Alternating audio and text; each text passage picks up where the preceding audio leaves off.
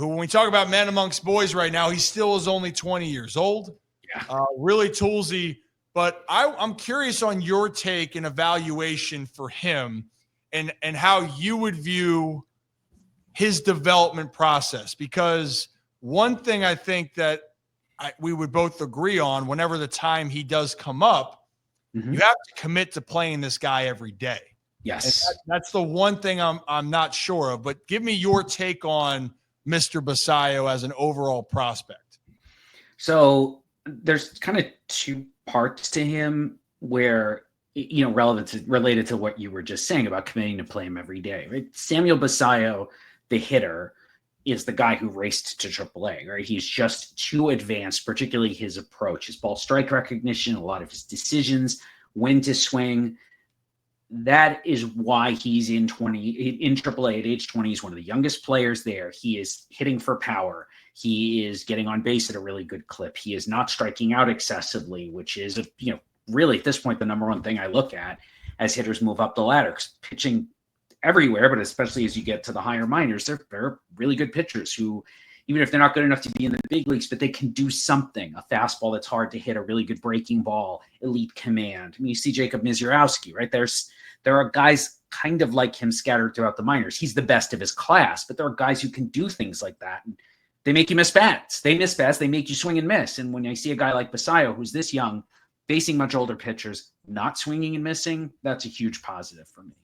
Mm-hmm. The question on him has always been the position. I am in the camp that says he can catch. He can really throw.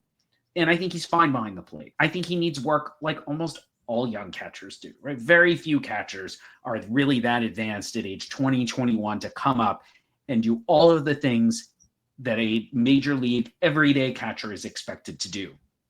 Also, the Orioles have a pretty good catcher. So they have started playing Basio a bit more at first base. And I don't have a clear answer to this question, but it's kind of, what do you want? Do you want him to stay as a catcher where obviously he's more valuable, but you can't play both?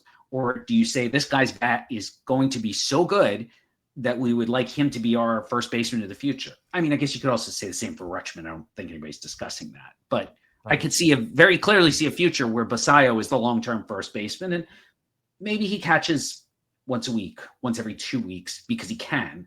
But you like the bat so much, you want to move him out to a position where you get him in the lineup another 20 or 30 games a year. Yeah, that's the biggest thing, right? With the catching position, what's being asked behind the dish, right, is command a pitching staff, be that stopgap behind the plate that pitchers feel comfortable throwing to. They have a good understanding of what you want to do. You're a threat to throw guys out, and then if you're an offensive catcher, it's a bonus. Like, then you're a superstar. Yeah. That's why, like Adley, right? He was such a high prospect because he was really good at so many things. And then the offensive upside there was looked at as a bonus. Like what Cal Raleigh's doing is unbelievable, but it's not what catchers do. Right. But I'm with you on that with Sam then. So in that case, you're saying, hey, if you want to develop, because right now Adley will be back and Gary's there at the moment, and they still have Ryan O'Hearn. If you're talking about playing first base, right, something's going to have to give to open up this avenue for Sam. I'm assuming that, and this is maybe an obvious thing, but we have to just say it out loud. No way you would ever think about trading Basio right now if you're Baltimore. And not where they are in the standings, right? If they were contending and they said, we need a number one starter, I don't even know who that would be right now. Yeah. Let's say hypothetically, you've got a chance to get a number one starter this July who you'd maybe keep through the end of next year. That's the one situation where I would consider it. They're just not there. And I think the most likely scenario here is they trade Ryan O'Hearn, which they should. He's a free agent after the season. He is on a very affordable contract anyway. So either someone can take on the little money he's still owed, or the Orioles can just say, we'll pay it because we want to get a better prospect in return.